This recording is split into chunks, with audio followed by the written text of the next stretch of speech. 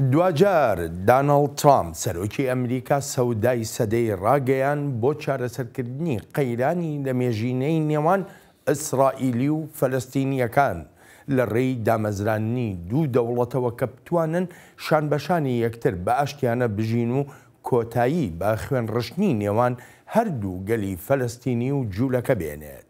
خۆش هاتنەوە بۆ چاوی واشنگتن.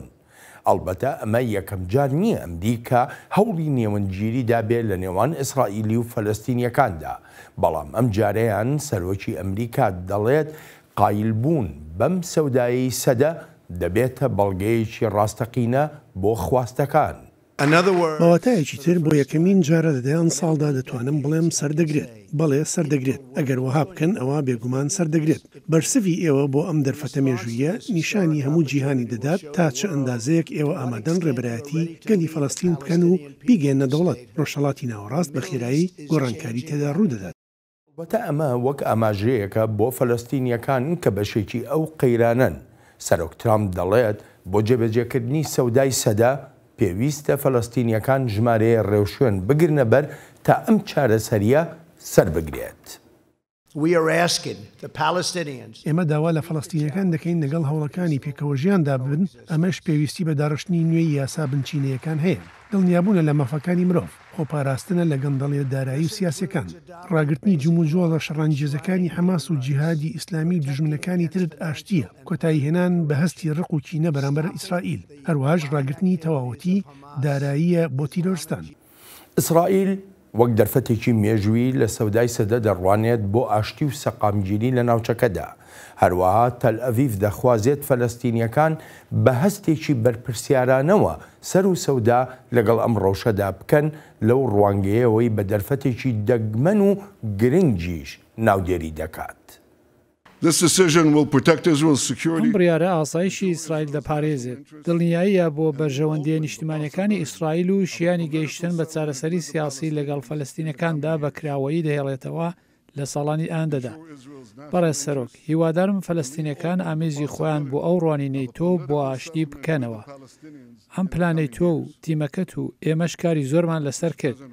هیوادارم فەلەستینەکان ئەم دەرفەتە بخۆزنەوە کە لەم پلانەی تۆدا هێنراوەتە ئاراوە.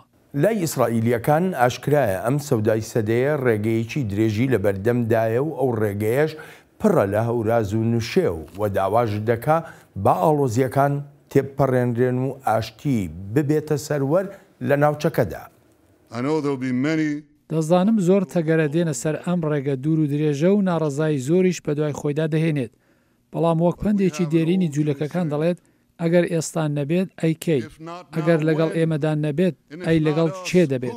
بەڕێز سەرۆک، ئەم سەودایەی سەدا دەرفەتی سەدەیە و بە دڵنیاییەوە ئیسرائیل ئەم دەرفەتە لەدەست نادات. لە کاتی ڕاگەیاندنی سەودای سەدە لە کۆشکی سپی سەرۆک ترامپ ئاگاهیشیدا بە فەلەستینیەکان سەبارەت بەوەی لە 70 ساڵی ڕابردوودا دەرفەتێکی وەک سەودای سەدە هەڵ نەکەوتووە و داوایان لێ دەکا لە دەستی نەدەن. دەمەوێت ئەم سەودایە ببێتە سەودایەکی مەزن بۆ فەڵەستینیەکان، هەر دەبێت ئەوەهاش بێت. ئەم ڕێکەوتنە دەرفەتێکی مێژوویە بۆ فەڵەستینیەکان تا بگەنە دەوڵەتێکی سربەخۆی خۆیان.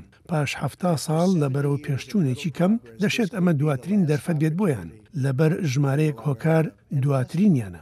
ڕاگەیاندنی سەودای سەدە لە کۆشکی سپی هاوکات بوو لەگەڵ سەردانەکەی بەنجامین نەتەنیاهۆ سەرکوەزیری ئیسرائیل و مەراسیمەکە بە ئامادەبوونی شاندی ئیسرائیلی بەڕێوەچوو و نوێنەرانی فەلەستینی لەوێ نەبوون. چاوی واشنگتن بۆ ئەم هەفتەیە میوانداری چارلز دەبلیو دەن دەکات. چارلز لێکۆڵەری باڵایە لە نێوەندی ڕۆژهەڵاتی ناوەڕاست و هەروەهاش لە نێوەندی عەرەب بۆ توێژینەوە استراتیژیەکان لە واشنگتنی پایتەخت. چارلز پێشتر بۆ ماوەی 24 ساڵ لە بواری دیپلۆماسی ئەمریکادا کاری کردووە لە ئۆرشەلیم و لە قاهیرەش و لە وەزارەتی بەرگری ئەمریکاشدا، ئەڵبەت پێشتر پۆستی بەڕێوەبەری بەشی دانانی پلانی استراتیژی بووە. چارلز، سەرەتا زۆر سپاس دەکەم بۆ ئامادەبوونت لەم بەرنامەیەدا. بە پرسیارێکی زۆر سادە بکەم، ئەم سەودای سەدەیە ئاشتی بە دوای خۆیان دێنێ لە ڕۆژهەڵاتی ناوەڕاستدا؟ من گومانێکی زۆرم لەسەر ئەو بابەتە هەیە بەو پێی چەند ساڵێک لە کونسوڵخانەی ئەمریکا لە ئۆرشەلیم کارم کردووە و چەندان ساڵیشە چاودێری پرۆسی ئاشتی دەکەم و 20 بۆ 30 ساڵیش کارم لەگەڵ ئەو خەڵکەدا کردو کە ئیشان لەسەر پرۆسی ئاشتی کردووە. بەڕاستی پێم وانە ئەم سەودای سەدەیە بەشدارێکی بەسوودی هەبێت لە دۆسەی ئاشتی نێوان ئیسرائیلی و فەلەستینیەکاندا. لێرەدا دووشتی سەرنجڕاکێش هەن. یەکەمیان ئەوەیە کە پلانێک نییە بۆ ئاشتی، هێندەی ئەوەی پلانی کەمپینە، استراتیژیەتی کەمپینێکە بۆ سەرۆک ترامپ و بەشداریکردنیشە لە کەمپینێکدا بۆ سەرۆکوەزیران نەتەنیاهۆ. ئەم دوو کەمپینەش پەیوەندیان هەیە بە بازنەکانی هەڵبژاردنەوە نەک بە چارەسەریەکی ئاشتیانەی نێوان ئیسرائیل و فەلەستینیەکانەوە. دووهەمیش کە پێم وایە بەڕاستی گرنگە ئەویش پلانی لیکاندنی زەوی و ناوچەکانە. بەپێی ئەم سەودایە چرای سەوز هەڵکراوە بۆ ئیسرائیل تا ئۆردوکاکان بخاتە سەر سنووری خۆی و لە هەمووی گرنگتریش ناوچەکانی سەر ڕووباری ئۆردونە. ئەلبەت ئەمە شتێکە لای فەلەستینیەکان جێی قایلبوون نییە. پێم وانە تەنانەت وەک سەودایەکیش بۆ وەبەرهێنانێکی 50 میلیارد دۆلاری ئەو هیوایی سەرۆک ترامپ بەرەنجامێکی هەبێت. سەرۆک ترامپ لەسەر چ بنچینێک ئەم پلانەدا دەڕێژێ؟ ینی ئێمە زۆر جار گوێمان لێ بۆ بەتایبەتی لە 3 ساڵی ڕابردوودا کە سەرۆک ترامپ و تیمەکەی خۆی بە سەرۆکایەتی جارێت کوشنەر کە ڕاوێژکاری سەرۆک ترامپە خەریکی ئەم پلانن قۆناغی یەکەم پلانێکی ئابووری بوو و ئێستاش بڵین دوا بەشی ئەم پلانی ئاشتیە. بەڵام بنچینەکان چی بوون بۆ داڕشتنی ئەم پلانە؟ بە پلەی یەکەم لەسەر بنچینەی ئەو شتانە بووە کە ئیسرائیل پێویستی بوون و بەتایبەتیش نەتەنیاهۆ بەگشتی وەک دەبینین ئەم سەودایە هەموو ئەو شتانەی داوە بە ئیسرائیل کە دەیخواست لە هەردوو ڕووی دیبلۆماسی و سیاسیەوە، لە ڕووی ناوچەکان و کۆنتڕۆلکردنی ناوچەکان و لە ڕووی ئاسایشەوە. ئەم شتانە سەرەکی ترین بابەتەکان بوون پێشتر. 2 ساڵ لەمەوبەر کاتێک بەڕێوەبەرایەتی قسەی لەسەر ئەو پلانە دەکرد بە گرنگیەوە باس لەوە دەکرا وڵاتانی تری عەرەبی بەشداریان هەبێت لەو پلانەدا، بەڵام بە تێپەڕبوونی کات ئەو گرنگیە کەمتر و کەمتر بووە تا گەیشتە ئەوەی بە فەلەستینیەکان بگوتێت دەتەوێت هەر ئەمەیە و ناشتەوێت هەر ئەمەیە. بێگومان ئەوەش ینی دەستبەرداری خواستە نیشتیمانی و دیبلۆماسی و سیاسیەکانت ببە و لە بەرامبەردا هەندێک پارە وەربگرە. ئەلبەت ئەمە ئەگەر ئەو وەبەرهێنانە سەریگرت جا بۆ من وەک کەسێکی ئاگاداری ڕەوشی فەلەستینیەکان و 3 ساڵ لە ئۆرشەلیم و ناوچەکانی فەلەستینیەکان بووم، خواستەکە هاندانی فەلەستینیەکانە تا پێی قایل بن بەبێ ئەوەی بپرسن ئەم سەودای سەدەیە چییە؟ لە کاتێکدا باس لە لیکاندنی زەوی و ناوچەکان دەکات کە لە بەرژەوەندی ئیسرائیلە نەک فەلەستینیەکان. هەرم هۆکارانەی کە ئێستا لە وەڵامی پرسیاری پێشوە ئەمەژۆ پێکردن بوونە هۆکار بۆ ئەوەی کە سەرۆک ترامپ وەکو گوێمان لێبوو لە ڤیدیۆکەشدا تەنها داوای بەرامبەر بە فەلەستینیەکان هەبێەوە هیچ داوایەک لە ئیسرائیل نەکا بۆ جێبەجێکردنی ئەم پلانە. نا پێم وانە داواشی لە فەلەستینیەکانیش کردبێت، چونکە لە ماوەیەک لەمەوبەرەوە فەلەستینیەکان پەیوەندیەکانی خۆیان لەگەڵ بەڕێوەبەرایەتیەکەی ترامپدا بڕی و هیچ خواستێکیشیان نەما بۆ دانوستاندن لەسەر هیچ شتێکی ئەم پلانە، چونکە دەیانزانی بەرەوکوێ دەڕوات و لەو بڕوایەشدا بوون لە ڕووی سیاسیشەوە ئەوە ناهێنێت تا ڕووبەڕووی ڕخنە و ناڕزایی فەلەستینیەکان ببنەوە و بە خیانەت بوونەهبار. بە دڵنیاییە و بەڕێوەبەرایەتیەکەی ترامپ زۆر ڕوون و ئاشکرایە لەسەر ئەو هەڵسەنگاندنانەی لەگەڵ ئیسرائیلەکاندا کردوونی لەسەر ئەم بابەتە. بە تایبەتیش لە دانوستانەکانی ساڵێک لەمەوبەر دەستیان پێکرد سەبارەت بە بەرژەوەندیەکانی ئیسرائیل. بە خاڵێکی تر هەیە باسی بکەم چونکە گرنگە لە ڕەهەندی مێژوویەوە. وێرە ئەوەی پەرەگراف لە دوای پەرەگراف باز لە مێژووی ئەم خەیرانە دەکات، بەڵام شتێک هەیە تێناگەین. ئێمە پێشتر لە ماوەی 30 ساڵی ڕابردوودا زۆرمان باس کردوون وەک سوودە ئابوووریەکان بۆ فەلەستینیەکان، هەندێک ڕوانین سەبارەت بە دەوڵەتی فەلەستینی. ئەمانە هەمووی باس کراون و ئەنجامیان نەبووە و هەروە خۆیان ماونەتەوە. هەر بۆیە زۆر قورسە بۆ یەکێک کە ڕێککاری لەسەر ئەم دۆسیانە کردووە تێبگات لەوەی چۆن ئەم سەودای سەدەیە سەرکەوتوو دەبێت لە کاتێکدا دەتوانم بڵێم هەمان ئەو پلانانەی پێشووە کە سەریان نەگرتووە. بەڕای تۆ دەرفەتێک ماوە بۆ دەستکاریکردنی ئەم سەودای سەدەیە بۆ چاکسازیکردن تیایدا بە شێوەیەک کە بڵێم ڕاوێژیش لەگەڵ فەلەستینیەکاندا بکرێ بۆ ئەو دەستکاریکردانە؟ یەکەم کێشە لێرەدا ئەوەیە فەلەستینیەکان ڕەتیان کردوتەوە بە هەمان شێوەش کۆمکاری عەرەب. ئەمە بەلای منەوە ڕێگەبڕینە لە بژارەکانی تر بۆ دانوستاندن. لەلایەکی ترە و بەڕێوەبەرایەتەکەی ترامپ ئەم سەودایە وەهادا دەنێت وەک باسمان کرد ئەگەر دەتەوێت ئەمەیە و ئەگەر ناتەوێت هەر ئەمەیە. پێم وانییە بەڕێوەبەرایەتی بەشداری فەلەستینیەکان بە شتێکی بەسوود بزانێت، بەڵکو دەیەوێت بزانێت فەلەستینیەکان چی دەکەن و ئەو جاتچرای سەوزی وەڵامدانەوە بۆ ئیسرائیلیەکان هەڵکات کە لەوانەیە لکاندنی زیاتری ناوچەکان بە ئیسرائیلەوە بێت. کێ دەزانێت دەشێت دانوستانی تاگلایەنە یان دوولایەنەش بکرێت لەگەڵ فەلەستینیەکاندا. هەرچەندە بۆ خۆم پێشبینی ئەوە ناکەم کە لە ڕاستیدا دەست پێشخەریەکە بۆ ئیسرائیل و بەڕێوەبەرایەتی ترامپیش. زۆر گرنگە بەلایەوە ئایا هەنگاوی داهاتووی فەلەستینیەکان چیە بێت؟ جامادەمەکی باسمان لەوەیە کە فەلەستینیەکان لە هەنگاوی داهاتووە چی دەکەن بە گوێمان لە ڕای فەلەستینیەکان بێت و دەگەڕێمەوە بۆ لات. سەرۆک ترامپ و تیمەکەی نزیکەی 3 ساڵ کاریان لەسەر سەودای سەدە کردووە و قۆناغی یەکەمی بریتی بوو لە بۆ بەرهێنانی ئابووری، بەڵام دەسەڵاتی فەلەستینیەکان دەست بەجێ ئەم هەنگاوەیان بە ئاڕاستەی ئاشتیدا ڕەت کردەوە. دەمەوێت بە هەردووتان بڵێم بە ترامپ و بە نەتەنیاهۆ قودس بۆ فرۆشتن نییە و هەموو مافەکانیشمان بۆ فرۆشتن و بۆ لە بەردانەواندن نین. ئەو سەودای پیلانگێڕیانەتان تێناپەڕێت. سەرۆکی دەسەڵاتی فەلەستینیەکان ئەو ئاگاهیەشی داوە کە تەواوی هاوکاریە سیاسی و ئاسایشیەکانیان لەگەڵ ئەمریکا و هەروەها لەگەڵ ئیسرائیلیشدا ڕادەگرێت و دەشڵێت نەمێژووی خۆی و نەمێژووی وڵاتەکەشی ڕەش ناکات. بەس تەنها بەهۆی ئەوەی وتیان قودس دەخرێتە سەر ئیسرائیل، ئەوە من هەرگیز بەو چارەسەریە قایل نابم، بە هیچ شێوەیەک پێ قایل نابم. هەرگیز ڕێگە نادەم لە مێژووی خۆمدا یان لە مێژووی وڵاتەکەمدا ئەوە تۆمار بکرێت کە من قودسم فرۆشتووە. فەلەستینیەکان وەک ئاماژەیان پێکردووە سەرۆک ترامپ گەورەترین دۆستی ئیسرائیل و دەشڵێن ئەو سەودای سەدەیی سەرۆک ترامپ بە مردووی لەدایک بووە. ئەم سەودا لەسەر بنچنەی ڕەوایی نێونەتەوەی و یاسای نێونەتەوەی نییە. ئەمە بێ لەوەی هەرچێکی ئیسرائیل دەیەوێت پێی دراوە لە حسابی گەلی فەڵەستین. ئێمە مافی خۆمان لە دەوڵەتێکی سربەخۆدا کە پایتەختێکی قودس بێت و هەروەهاش مافی گەڕانەوەی پەنابەران دەبینین. بەلای شیکەرەوە گرنگە فەلەستینیەکان بەم سەودایە قایل بن و ڕەتی نەکەنەوە، وەک دەڵێن لە ئێستادا ئەڵتەرناتیڤ یان جێگرەوەیەکی تریان بۆ ئەم سەودای سەدەیە نییە. قایل نەبوون بەم سەودایە دەشێت بە مانای لە دەستدانی ناوچەی زیاتر بێت و لە بەرژەوەندی ئۆردوگای نیشتیجێکردنەکاندا بێت. پێش ناچێت فەلەستینەکان ڕێگەیەکی تری بابەتیانەیان لە بەردەستدا بێت، چونکە ئیتر سوود لە ئاڵۆزیەکان نابین و وڵاتانی عەرەبیش پشتیوانی داراییان ناکەن. جایتر بژارەکەیان ئەوەیە یان پێی قایل بن یانیش وازی لێبێنن. لە کاتێکدا دەشێت ئەمەی ئێستا هەیە باشترین سەودا بێت بۆیان. لە وەتای ساڵی 2017ەوە کە سەرۆک ترامپ دانیبەوە دانا شاری ئۆرشەلیم پایتەختی فەرمی ئیسرائیلە، دەسەڵاتی فەلەستینیەکان پەیوەندیەکانیان لەگەڵ بەڕێوەبەرایەتەکەی سەرۆک ترامپدا پچڕان. سەرۆک ترامپ هێشتاش گەشبینە بەوەی فەلەستینیەکان بە سەودای سەدەش قایل دەبن.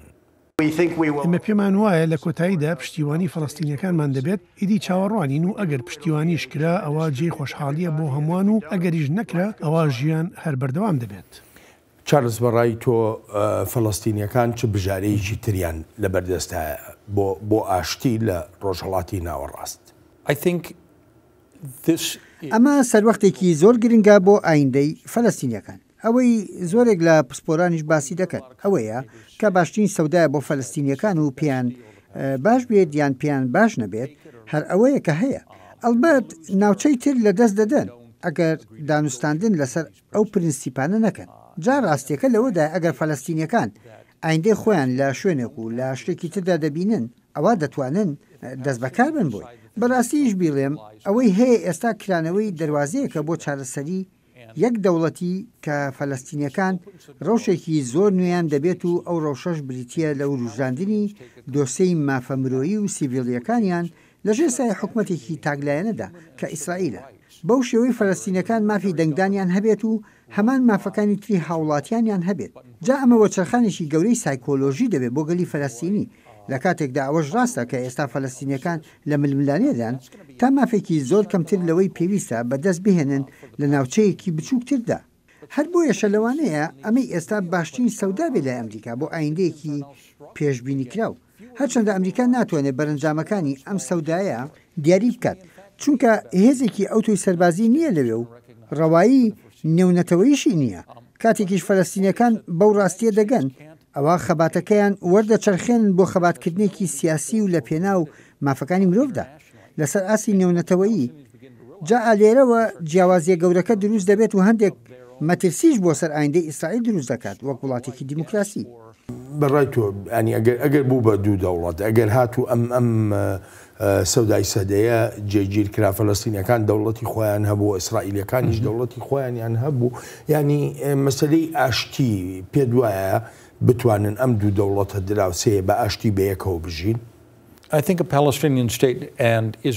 بەڵێ پێم وایە دەوڵەتێکی فەلەستینی و دەوڵەتێکی ئیسرائیلی دەتوانن وەک دوو دراوسێ بە ئاشتیانە بژین بەڵام ئەمە کێشەکە نییە لە ئێستادا زۆر لە پسپۆران لەوانە مارتن ئیندی لە نێوەندی برۆکینگز کە پێشتر بەڕێوەبەرم بووە نووسیانە ئەم سەودای سەدەیە کۆشکی سپی بۆ دروستکردنی دەوڵەتی فەلەستینی نییە و هیچ بنەمایەکی تێدا نییە بۆ هەبوونی دەوڵەتێکی سەروەر هەر بۆیە دەڵێم دۆسەی هەبوونی دوو دەوڵەت کێشەکە نییە بەڕوانینی من ئەو دوو دەوڵەتەی دەیان ساڵە باسی دەکەین نەماوە و لە خانەی نەبواندایە لە ئێستادا هیچ دەرفەتێکی ڕاستەقینە نییە بان بات بۆ چارەسەری دوو دەوڵەتی جا ئەوە تا فەلەستینیەکان لە ئایندەیەکی جیاواز دەڕوانن و بە هەمان شێوە ئیسرائیلەکانیش چییە ئەوەی ئەو ڕوانینە بۆ ئایندە لە لای فەلەستینیەکان چییە؟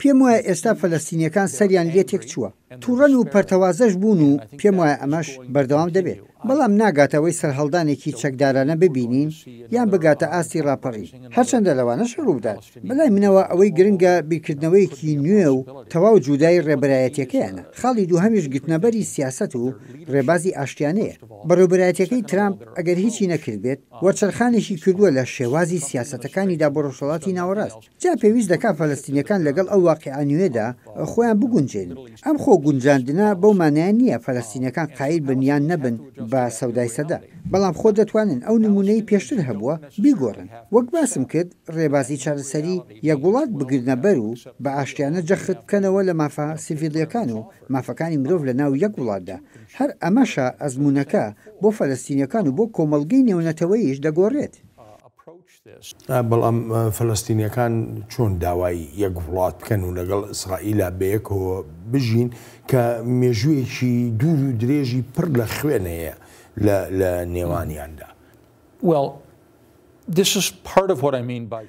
جا ئەمە بەشێکە لەوەی دەیڵێم کە پێویستە فەلەستینیەکان گۆڕانکاری لە شێوازەکەدا یان لە ئەزمونونەکەدا بکەن ئەگەر سەیرێکی مێژوو بکەین ئەوە دەبینین ڕاستی لە قەیرانە سیڤیلەکاندا ئەوەیە لایەنێک بۆ نمونە داوای دیموکراسییان گۆڕانکاری دەکات لە حکومەتدا ئەوەی زۆرترین دەرفەتی سەرکەوتنی هەیە لەو قەیراناندا ئەوانن کە بە ئاشتیانە داواکانیان دەخەنە ڕوو ئەمە ڕێگە ئەو شتەیە کە پێویستە فەلەستینیەکان پێ قایل بن چونکە ڕاپەڕینێکی تر بە هیچ شێوەیەک دۆسیەکەیان ناباتە پێش ئەوەی لەسەر فەلەستینیەکانە بیکەن بەڕای من خەباتێکی سەرتاسەریانەی ئاشتیانە و داواکردنی ئەو مافانەیە کە زۆرێک لە وڵاتان و ڕێکخراوەکان دانی پێدادەنێن با بە کورتی ڕای خۆم بڵێم پێم وایە خەبات بۆ دروستکردنی وڵاتێک لە ڕێڕەوی خۆی لای داوە استراتیژیەتی فەلەستینیەکانیش لە ماوەی زیاتر لەم 20 ساڵەی ڕابردوودا یارمەتی دەر نەبووە لەبەرەوە پێویستە استراتیژیەتێکی نوێیان هەبێت بەڕاستیش بڕوان بەوەیە کە بەشێکی ئەو استراتیژیەتە نوێیە داواکردنی مافی سیڤیلی و سیاسیە لەسەر ئاستی نێونەتەوەیی ئەم ئەزمونە لە وڵاتانی تردا سەرکەوتوو بووە بۆ ڕزگاربوون لەو حکومەتانەی وەک حکومەتێکی ناداتپەروەر سیرکراون لەسەر مەسلەی ڕاپەڕین یان سەرهەڵدانی فەلەستینیەکان تەوەرێکی کەمان هەیە باسی دەکەین بە درێژی بەڵام ئێستا دەمەوێت بزانم وڵاتانی ناوچەکە و کاردانەوەیان چۆنە دەگەڕێمەوە وڵات چارلز لەسەر ئاستی ناوچەکەش ڕەتکردنەوەی سەودای سەدا هەیە تورکیا ڕەخنەی لە سەرۆکترام گرتووە و پلانی ئاشتی لە ڕۆژهەڵاتی ناوەڕاستدا بە پیلانێک پێناسە دەکا بۆ داگیرکردن. Şimdi 100 yılın anlaşması diyorlar. ئێستا ئەوان ئەم سەودایە بە سەودای سەدا ناودێر دەکەن پێدەچێت منیش لە وتارەکانمدا هەر ئاواها پێ بڵێم سەودای سەدا بەڵام ئەم سەودای سەدەیە چییە و کامەیە ئەمە سەودان نییە بەڵکو پرۆژەیەکە بۆ داگیرکردن وەک دەبینن لەلایەکی ترامپەوە کەسێکی دیاریکرا وەستا بوو کڵاوی جوولەکەکانی لەسەر کردووە و ئەوەی بەلایەنەوە گرنگ بوو ئەو چەپڵانن بۆیان لێ دەدرێت ناتوانرێت چارەنووسی ئەم جیهانە بەو جۆرە چەپڵە لێدانە بێتە ئاراوە کۆماری ئیسلامی ئێرانیش هاوشێوەی تورکیا دژی ئەم سەودای سەدەیە ڕادەوەستێتەوە و جەخت دەکاتەوە لەوەی ئەو ڕاگەیانەی سەرۆک ترامپ دەبێتە مایی ڕەوانەوەی ناکۆچیەکانی نێوان لایەنە فەلەستینیەکان. ئەمە پلانێکە پێک دێت لە فرۆشتن و دابڕانی خاک و مەبەستەکەش دان پیادانانی ئامانجەکانی خاچپەرستان و زایۆنیستەکانە ترامپ لەم پلانەدا شکست دەهێنێت هەروەکو چۆن لە پلانەکانی پێشتریدا بۆ دژایەتیکردنی ئیسلام شکستی هێناوە. لەگەڵ دژایەتیکردنی ئەو وڵاتانە بۆ سەودای سەدا لە ئێستادا دەسەڵاتی فەلەستینیەکان لە هەوڵدایە تا ئەو دۆسەیە بباتە ناو ئەنجومەنی ئاسایشی نەتەوە یەکگرتوەکانەوە و بڕیاریشە محمود عباس سەرۆکی دەسەڵاتی فەلەستینیەکان هەر بۆ ئەو مەبەستە سەردانی UN بکات. ئەم جۆرە ڕاوێژکردانە بەردەوام دەبن و زۆر زیاتریش دەبن کاتێک سەرۆک عەباس لە 1-2 داهاتوودا سەردانی ئەنجومەنی ئاسایش دەکات و لەوێش ناڕازایی و ڕەتکردنەوەی گەلی فەلەستین و ڕێبەرایەتی فەلەستینیش دەخاتە بەردەم کۆمەلگای نێونەتەوەی چونکە ئەم سەودایی بەڕێوەبەرایەتەکەی ترامپ دژی مافی نیشتمانی گەلی فەلەستینە. هەر لە ئێستاشەوە تا کاتی سەردانەکە بەردەوام دەبین لە ڕاوێژەکانمان لەگەڵ هەموو لایەنێکدا بەو هیوای ڕێککەوتنێکمان هەبێت و ئەنجومەنی ئاسایش دەنجی لەسەر بدات. ئەلبەت ئەم هەوڵە پێویستی بە داڕشتنی بەرنووسێکی جیاواز هەیە لەو بەرنووسانەی پێشتر نووسراون وەک کاربەدەستانی فەلەستینی دەڵێن کارێکی وەها دەکەن لەو هەوڵەیاندا هاوڕاییەکی نێونەتەوەیی بێنە ئاراوە. هەرچیەکمان لە توانادا بێت دەیکەین لەگەڵ دۆستەکانماندا تا بەهێزترین بەرنووسی بڕیارێکمان هەبێت و بتوانین بەهێزترین و زۆرترین ژمارەی دەنجی بۆ بەدەست بێنین. ئێمە دەخوازین بەهێزترین و گەورەترین دژایەتی بۆ ئەم پلانەی ترامپ ببینین و هەروەهاش ڕنگدانەوەی هاوڕایی هەڵوێستی جیهانی بێت. چارلز بەڕای تۆ تورکیا و ئێران دەتوانن چ بکەن بۆ فەلەستینیەکان ئەمان توانیوانە سوودێ بە دۆسی فەلەستینیەکان بگەێنن یا زیانیان لێداون. نا هەرگیز پێم وانە پشتیوانی تورکیا و پشتیوانی ئێران بۆ فەلەستینیەکان جیاوازێکی گەورە دروست بکات بە تایبەتیش لە بەرەو پێشبردنی چارەسەری دوودەوڵەتیدا پشتیوانیەکانی ئێران زیاتر جیهادیە ئیسلامیەکانی بەرەو پێش بردووە کە هیچ بەشداریەکیان نەبووە لە پرۆسی ئاشتی ڕۆژهەڵاتی ناوەڕاستدا لێدوانەکانی تورکیا و ئێران ئاماژەن بە تووڕێی و ناڕزایی خۆیان لە بەڕێوەبەرایەتەکەی ترامپ جا ئەم لێدوانانە لەسەر ئەم سەودایە هیچ کاریگەریەکی دیبلۆماسیانی نابێت بەسەر ئیسرائیلەوە و بەبێ هیچ گومانێکیش بەسەر ئەمریکاوە.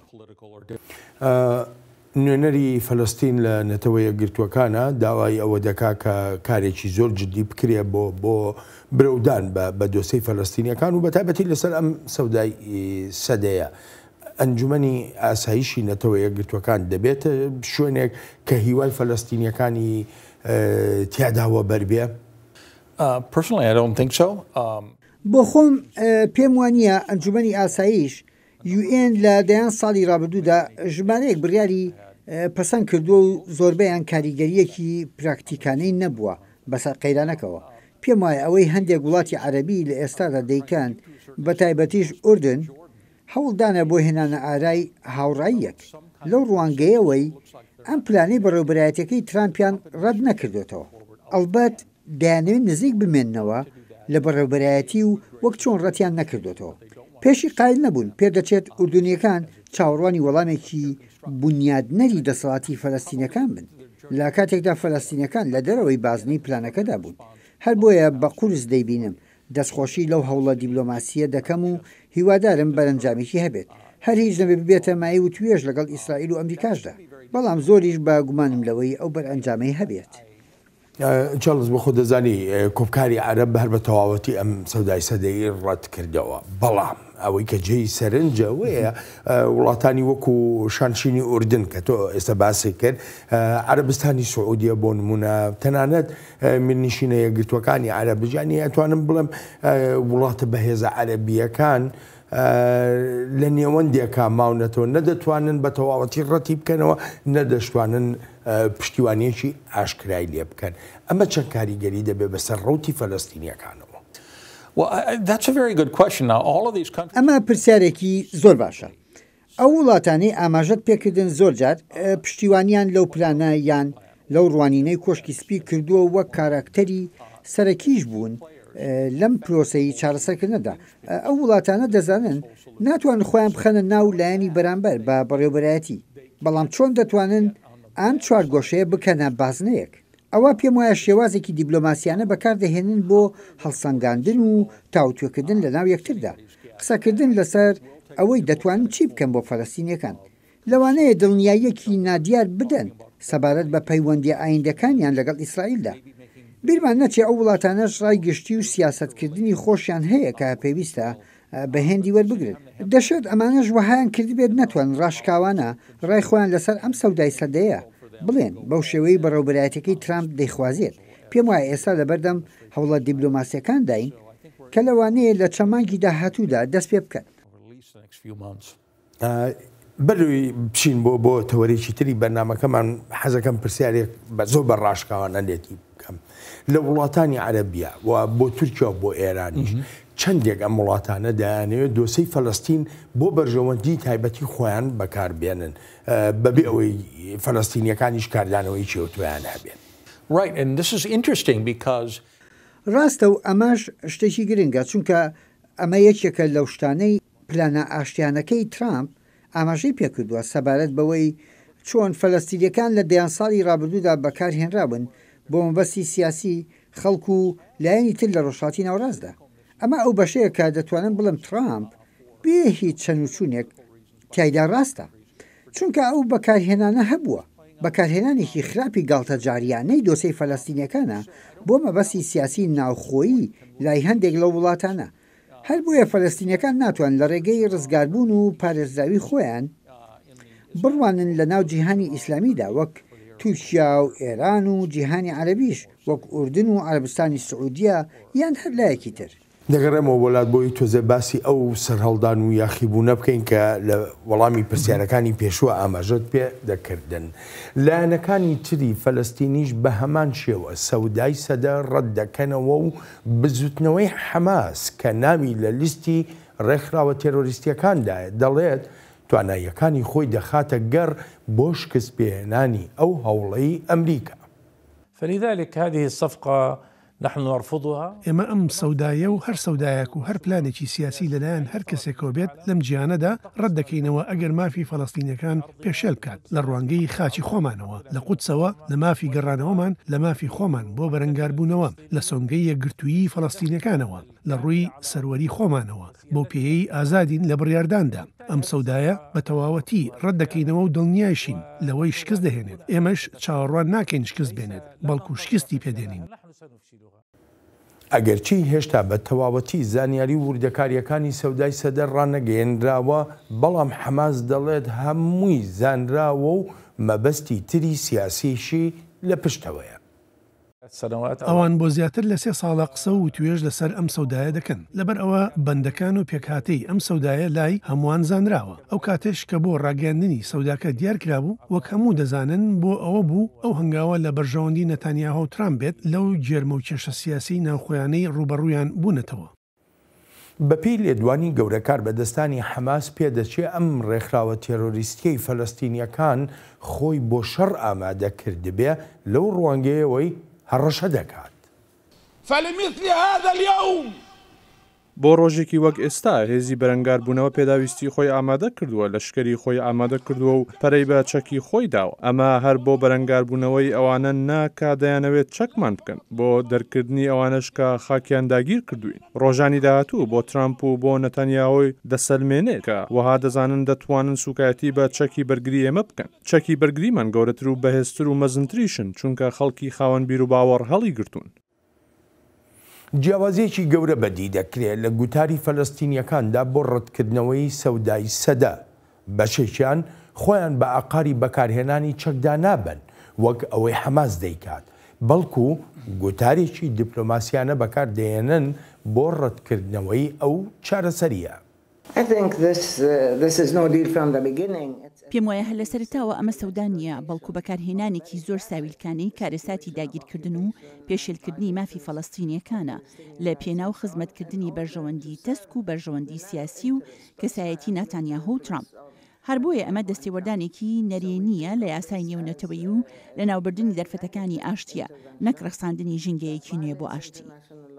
چارلز وەکو جۆمان لێبوو دوو جۆر گوتار هەیە ئێستا لە ناو فەلەستینیەکانە. گوتارێکیان بەرەو شەڕکردن دەڕوە و هیچ دۆسەیەکی سیاسی لەلا نەماوە، تەنها خۆ ئامادەکردن نەبێ بۆ شەڕ. گوتارێکی کەژ وەکوی حەنان شەعراوی کە جۆمان لێبوو، ینی زیاتر دیپلۆماسیانە قسە دەکا. دابەشبوون لە ناو فەلەستینیەکاندا پێ دوایە کاریگەری هەبێ بەسەر چۆنێتی جێبەجێکردنی نەکەر سەودای سەدا، هەر پلانێکی تر بۆ ئاشتی لە نێوان ئیسرائیلی فەلەستینیەکاندا. پێم وایە ڕەتکردنەوەی ئەم پلانە ڕێک و ڕەوان ئەوەیە کە بەڕێوەبەرایەتەکەی ترامپ لەم دۆسەیەدا چاوی لەسەرێتی. جا ئایا ڕەتکردنەوەکە لەلایەن حەماسەوە بێت واتە ڕەتکردنەوەیەکی تونند و تیژامێز، یانیش ڕەتکردنەوەیەکی سیاسیانە بێت لایەن فەلەستینیەکانەوە. چونکە ڕەتکردنەوەکان ئەو هەستا بە بەڕێوەبەرایەتی دەدات هەنگاوی زیاتر بنێت بەبێ گوێدانە بەرژەوەندی فەلەستینیەکان لە جێبەجێکردنی پلانی ئاشتیدا. لەو ڕوانگەیەوەی لکاندنی ناوچەی زیاترە بە ئیسرائیلەوە نەک چارەسەری لە بوونی دوو دەوڵەتدا. جا ئەم دوو ڕێبازەی ڕەتکردنەوەیە زۆر قورسن، بۆیە پێم وایە پێویستە فەلەستینیەکان بیل لە ڕێگەیەکی تر بکەنەوە، وەک دانوستاندنی نێوان فەلەستینیەکان و بەڕێوەبەرایەتەکەی ترامپ کە دەشێت بۆ ماوەیەک ئەم پلانە ڕابگرێت. کێ دەزانێت لەوانەیە هەندێک بیرۆکەی باش بێنە ئاراوە لەسەر خواستە نیشتیمانەکانیان. لێرەدا مەبەستم لە چارەسەرکردن نییە لەڕێی هەبوونی دوو وڵاتەوە لەم پلانە و لە پلانی تریشدا ئەگەر هەبن، هەر بۆیە پێویستە فەلەستینیەکان بیرێکیش لەو ڕێگە نوێ بکەنەوە. بۆ مەسلەی دانوستاندنی نێوان فەلەستینی و بەڕێوەبەرایەتەکەی سەرۆک ترامپدا ینی شیانەکەیە لەوانەیە ئەو کاتێک کە محمود عەباس سەردانی ئەنجومەنی ئاسایشی نەتەوە یەکگرتوەکان دەکا پاژەوەی کە ڕوبەڕووی ڕاستیەکان و کۆبوونەوەکان دەبێتەوە، ینی ناتوانین بە دووری بزانین ئەگە کۆبوونەوە لەگە بەڕێوەبەرایەتی شا هەبێ. بەڵام گرفتەکە لێرەدا حەماسە. حەماس بەخۆ دەزانین ڕێکخراوێکی تێرۆریستیە. بەڕێوەبەرایەتی ئەمریکا لەگەڵ ڕێکخراوە تێرۆریستیەکانە ناکەوێتە وتوێشکردنەوە، یانی ئەمە دۆسەی تالیبانەکان نییە، ئەمە دۆسەیەکی تەواو جیاوازە. چۆن نەتوانرێت سەر و سەودا لەگەڵ حەماسا بکرێ؟ جا لەم پلانەی ئاشتیدا سەودا لەگەڵ حەماسدا کراوە، بەوەی وتوێژ و دانوستان لەگەڵ حەماسا ناکرێت. هەروەها هەندێک ڕێکخراوی تری فەلەستینیەکان وەک جیهادی ئیسلامی کە نابێت ببنە بەشێک لە حکومەت یان لە دانوستاندنیش. ئەمە هەر بە تەواوەتی بە دوور زانراوە، بەڵام ئەم هەنگاوە بارێکی زۆر قورس و گرانی خستۆتە سەرشانی دەسەڵاتی فەلەستینیەکان، چونکە ناتوانێت فەلەستینیەکان لە کاتی غەزا بهێنێتە ژێر بار بەبێ سەر و سەوداکردن لەگەڵ حەماسدا.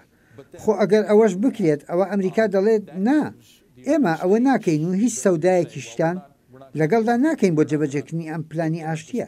لە بیرمان نەچێت سەودای سەدا مافی ڤیتۆی داوە بە ئیسرائیل بۆ هەموو هەنگاوێک لە بوارەکانی ئاسایشی و دیبلۆماسی و دانوستاندن و ئابووریشدا. ئەمەش بەڕای من بارێکی گرانە بۆ فەلەستینیەکان تا دانوستاندنی لەسەر بکەن. هەروەها پەیوەندەکانیش لەگەڵ حەماس و لایەنە ناوخۆیەکانی تریشدا وەها دەکەن بارگرانیەکە قورستر بن. بۆ ڕێکخراوی حەماس و بۆ هەر ڕێکخراوێکی تری تێرۆریستی هەر بەکارهێنانی هێزی لەشکری بەسە بۆ ئەوەی کە کۆتایی ئەم پێبێ، یاخۆ لێرە با بڵێ میکانیزمی تر هەیە کە بتوانرێت کۆتایی بە تێرۆریزم بێنێ.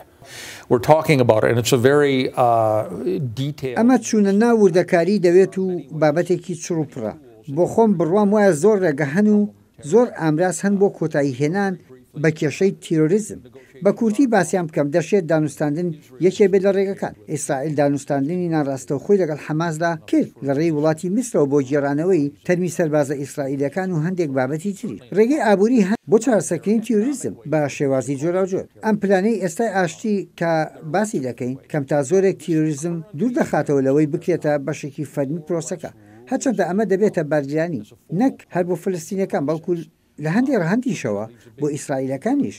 چونکە لە هەر سەودایەکدا حەماس لە پەراوێز بنێت ئەوە ئەرکی لە ڕێگوڕیشەوە هەڵکێشانیان خولستر دەبێت. بەکارهێنانی لەشکر بە تەنها ئەنجامی نابێت. چونکە ئەگەر ئیسرائیل بیتوانیا حەماس لە ڕێی بەکارهێنانی لەشکریەوە لەناو بێت ئەوە تا ئێستا کردبیان بەڵام نەیانتوانیوە. هەر بۆیە گومان و پرسیارێکی زۆر لەسەر ئەم پلانی ئاشتیە هەن سەبارەت بە چۆنێتی سەوداکردن لەگەڵ ئەم دۆسیەدا. من بۆ خۆم دڵنیا نیم لەوەی ئامرازە دیبلۆماتیەکان چۆن ئەو کارە دەکات. دەگەڕێمەوە وڵات با بڕێک باز لە ڕای خەڵک بکەین لە ناو ئیسرائیلدا. هەر چۆنێک بێ لە ناو ئیسرائیلی و فەلەستینیەکانیشدا ڕای جیاواز هەن.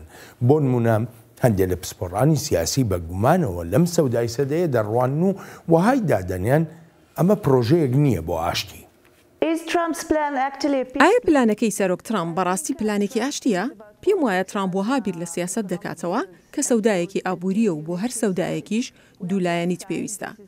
ئێمە یەکلایەنیمان بینی، ئیسرائیلمان بینی و یەکلایەنەکەی تر کە فەڵەستینیەکانن نەمان بینی. ئەمە لەسەر کاغەزە لەسەر زەوی نییە و بەشێکیش نییە لە دانوستانەکان. ئەوەش ڕوون و ئاشکرایە ئەم پلانە لەلایەن ئەمریکا و ئیسرائیل و هەندێک ڕێبەرانی عەرەبەوە کراوە. فەڵەستینیەکانی لێکراوەتە دەرەوە. هەر بۆیە دڵنیانیم لەوەی بە پلانی ئاشتی ناودێر بکرێت.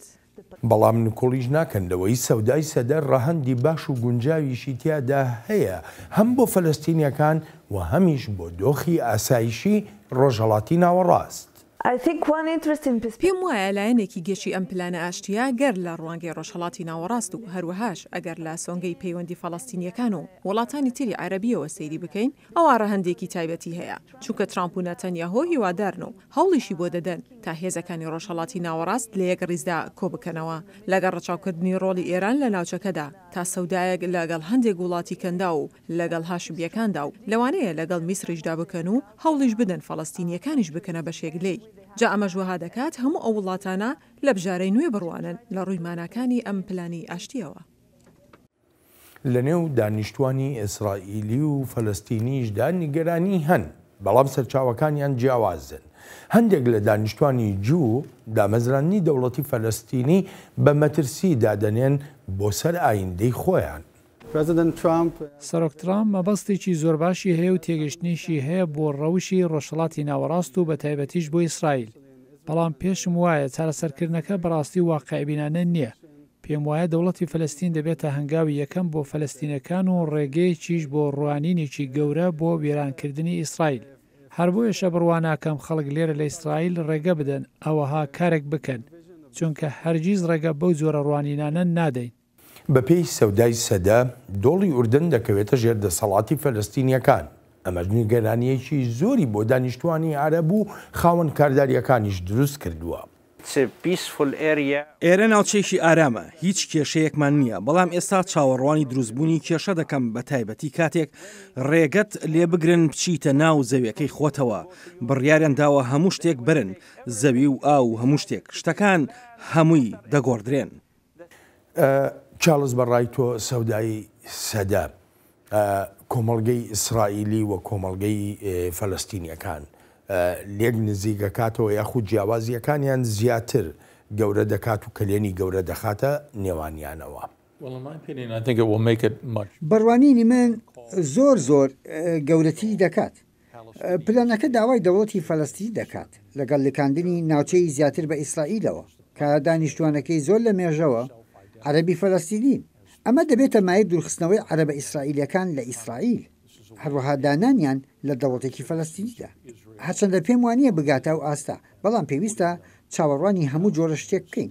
تەنانەت ئەگەر ئەوە هەنگاوەش نەندرێت بەڵام مشتومڕێکی ناخۆشی درێژخایان دەکاتەوە سەبارەت بەوەی کێ ئیسرائیلیە و کێش هاوڵاتی ئیسرائیلە. هەرچۆنێک بێت ئەو ڕەوشەی هەیە جیاوازیەکانی نێوان هەردوو کۆمەڵگەی عەرەب و جووەکان گەورەتر دەکات لە ناو ئیسرائیل خۆیدا کە بەگشتی ئەو دیاردەیە بۆ ژینگەی ئایندەی سیاسی خودی ئیسرائیل باش نابێت.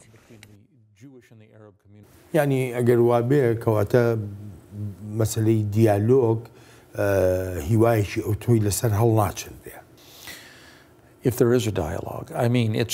ئەمە ئەگەر دەرفەت بۆ دیالۆگ بهێنێتەوە. عەرەبە ئیسرائیلەکان لە دوا هەڵبژاردننی ئیسرائیلدا زۆر چالاک و گەرموگوور بوون لە دەنگدان و بانگەشەکردن بۆ کاندیدەکانی خۆیان بە باشیان دەزانی، بەڵام پێ دەچێت ئەو سەروەختە بەسەر چوو بێت. پێم وایە ئەم ڕەوشە ئەو جۆرە ڕوانینە دروست دەکات لە ناو عەرەبە ئیسرائیلەکاندا کە هاوڵاتی ئیسرائیلن، بەڵام لە وڵاتەکەی خۆیاندا دەردەکرێن. ئەمەش بەبێ هیچ گومانێک و بە هیچ شێوەیەکی یارمەتی دەرنابێت بۆ سیاسەتی ناوخۆیی دەوڵەتی ئیسرائیل. چاڵس زۆر سپاس دەکەم، زۆر سپاس. تا بەرنمەیەکی نوێی چاوی واشنگتن ڕێز و خۆشەویستی ستافی بەرنامە وەهی خۆیشم بەڵێن ساڵح پەسەند بفەرمونون و هەر لە خۆشیدا جێتان بێڵین و شەوتان چاند.